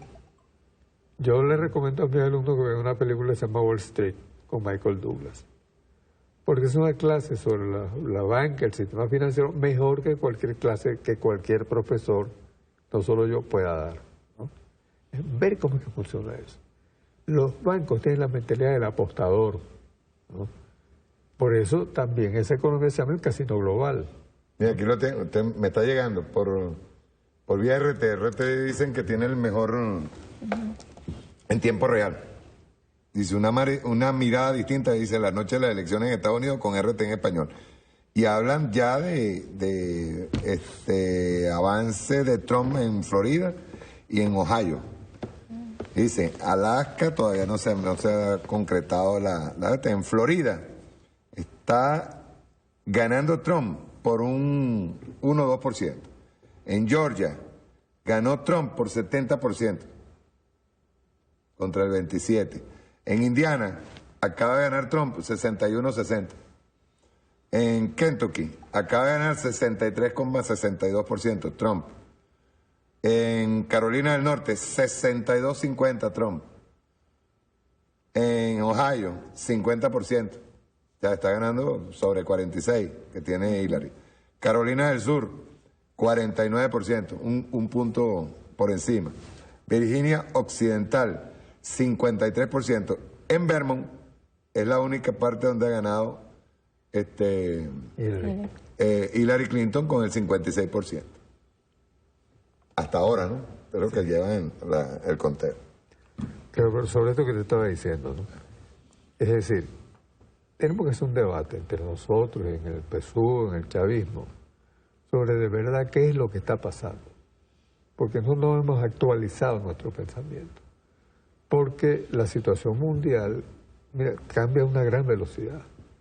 Bueno, se habla de la posibilidad de una guerra nuclear, ¿no? Hay un conflicto serio entre las grandes potencias, entre China, Rusia y Estados Unidos. Hoy leí una versión de que finalmente hay un acuerdo entre los tres. Ya. Que hay un nuevo reparto en el cual Es difícil. Bueno, pero dicen cosas que comienzan a circular. Que hay que saber porque nada circula en vano. Y tú que eres comunicador lo sabes. Nada, ninguna si algo que he aprendido es una cosa que me enseñó mi viejo y no se me ha quitado y creo que ha sido lo mejor. Dice, todo lo que te digan, dúdalo, hasta que veas la realidad. Hay que dudarlo, pero hay que preguntarse también, te agrego yo, ¿por qué eso sea falso o cierto está circulando? Sí. Porque nada circula en los medios por casualidad. Igual empiezan a circular cosas aquí en Venezuela. Mira, no estaba circulando hace poco no, ahorita, horas, estaba circulando que Nicolás Maduro está preparándose para la transición. Bueno, claro, eso no Párame, pero que esos son los runrunes. No, por eso. Son los rumores. Por ejemplo, la oposición venezolana dejó de hablar de revocatorio y está preparándose a las elecciones generales porque el presidente Nicolás Maduro, según ellos, ¿verdad? Y eso es el runrun, ojo, y runrun que a veces corre por aporrea. Claro. Ajá. Y te dicen, no, es que el presidente Nicolás Maduro se está preparando para la transición. Mire, camarada, le voy a decir una cosa. Si algo me ha demostrado a mi presidente Nicolás, es que en las chiquiticas y en las difíciles es donde se ha crecido. No, eso yo lo sé. En las duras. Eso lo sé. En las duras. No, yo no creo que haya ninguna posibilidad que Nicolás se retire. No, eso ninguna. hay que descartarlo. Y yo descarto la posibilidad de un golpe de Estado. Eso también. El problema nuestro no es ese, no es el golpe de Estado. Y ojo, perdón, quiero citar una frase del presidente Nicolás. 2 frases. Una, la oposición venezolana no dura 6 horas en Miraflores. Esa es una. Y no es que nosotros vamos, esto no es ninguna amenaza ni guerra, no, el pueblo solito los va a sacar. Empezando por ahí. Y segundo, yo estoy casi convencido, y ahora sí lo veo porque, te repito, las cifras me lo dicen. Si este pueblo ha aguantado una amplísima carga de agresión terrible. Y ahí está. Pero este pueblo no entra ni con balas, ni con votos. Lo dijo Nicolás. Y lo estoy repitiendo. A Miraflores no entra. No, aquí no van la gente no quiere aquí ninguna guerra, eso la gente no lo quiere. Y por más que ellos insisten, no logran ni siquiera a su gente. Fíjate que por eso que es un puñito de gente en las manifestaciones. Cuando ellos han enfilado la campaña, ¿no? Por la vía cuando del revocatorio, de esas vías legales, les va gente a las marchas. Cuando comienzan a virar hacia lo otro, la gente se retira. Yo no sé si se dan cuenta de eso. ¿Entiendes? Pero con eso de los corrillos que tú tienes razón. ¿No? Mira, ellos alimentan a su base con mentiras. La gente se las cree. Y después no tienen que hacer ellos con eso. Esa fue la primera la toma de Miraflores, pues. Ajá. Anda todavía un gentío molesto. Eso le llaman toma de Miraflores diferida. Bueno, pero tienen que buscar esos trucos, porque eso es mentira, pues. ¿Quién podía creer que ellos, con una manifestación, van a tomar Miraflores? A mí en clase me preguntó un alumno, le dije, primero hay miles de chavistas, pues. Pero además está la Guardia tendría que sumarse la Guardia Presidencial, pues. Y eso no estaba previsto. No, y mínime. Bueno, vamos por unos comentarios finales. Camarada Pascualina, si te digo camarada, mañana aparece el noticiero número 1. Palabras finales, camarada. No, bueno, tenemos un trabajo que hacer de paso. Sí, hay un trabajo que hacer que es importante además, ¿no? Pero yo creo que ahí hay que estar muy pendiente, ¿no? Lo que decíamos, yo creo que no hay razones para pensar que estas agresiones vayan a desistir de estas agresiones. Por el contrario, si en momentos electorales, ante cronogramas electorales o coyuntura política, más bien se intensifica. Entonces yo creo que en ese sentido hay que estar, primero tener mucha conciencia de lo que se está enfrentando, las dimensiones de lo que se está enfrentando, quiénes son los que están detrás de lo que estamos enfrentando. Primero tener mucha conciencia y bueno, y actuar en consecuencia. No, y hay una cosa que tenía que anunciar, ¿no? Aparte con la cuestión del libro. El libro de Pascualina hoy, el presidente estuvo mencionándolo en el programa de la hora de la salsa, en el mediodía, y él dice que, él lo estuvo leyendo aquí, dice que habían salido 1000 ejemplares, ¿no? Sí, 1000 ejemplares en Gráfica Urbina acá. Y el presidente ordenó de inmediato imprimir 100.000 ejemplares para repartirlos en CLAP, repartirlos en la VH, repartirlos en las comunas, ir repartiendo la mano visible del mercado, Guerra Económica en Venezuela, de Pascualina Curcio. Mandó a imprimir 100.000 ejemplares.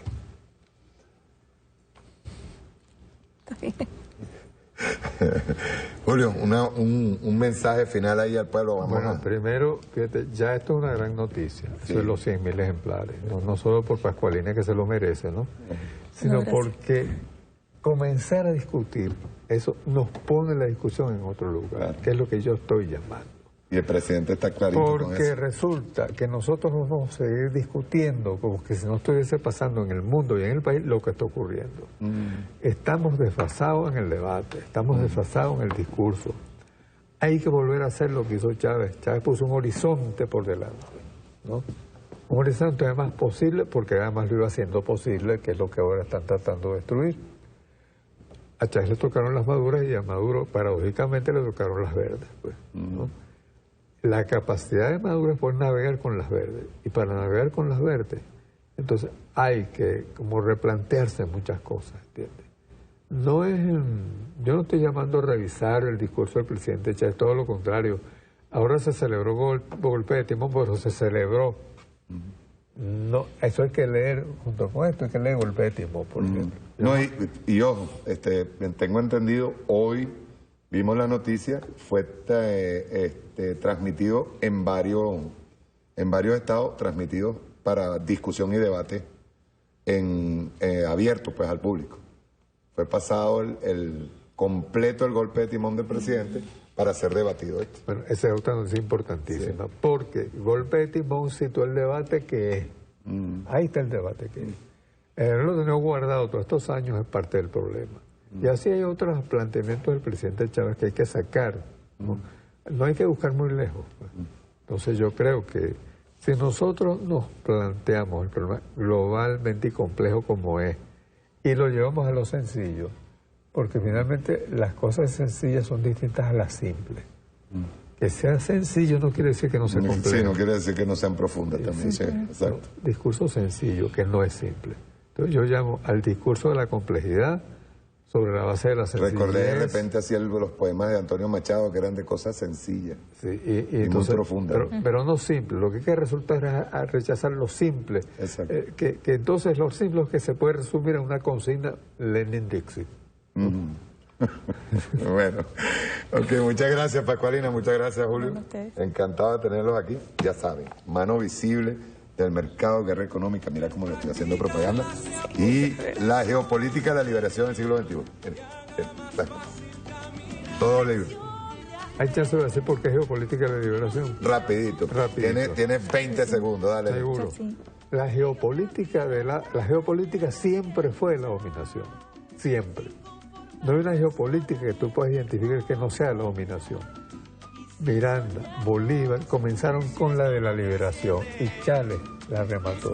La única geopolítica de hoy día que es de la liberación y no la dominación es la de Chávez. La de Chávez, sí señor. Lo que decía él siempre nos contaba de Bolívar, que Bolívar fue, o el ejército venezolano ha sido el único que salió a liberar, no a conquistar. ¿Cierto? Cierto. Chao, pues. Nos vemos el martes. ¿El qué? Hoy es que es martes, ¿no? El sábado. Chao. Y al practicarla sea posible sostenerla y haga más fácil caminar. Canción de hacer que nos invita a ¡Cuidado! ¡Cuidado! Bueno, yo además de cristiano, yo no soy solo cristiano. Yo soy un revolucionario y también soy marxista. Asumo el marxismo. Revolución es sentido del momento.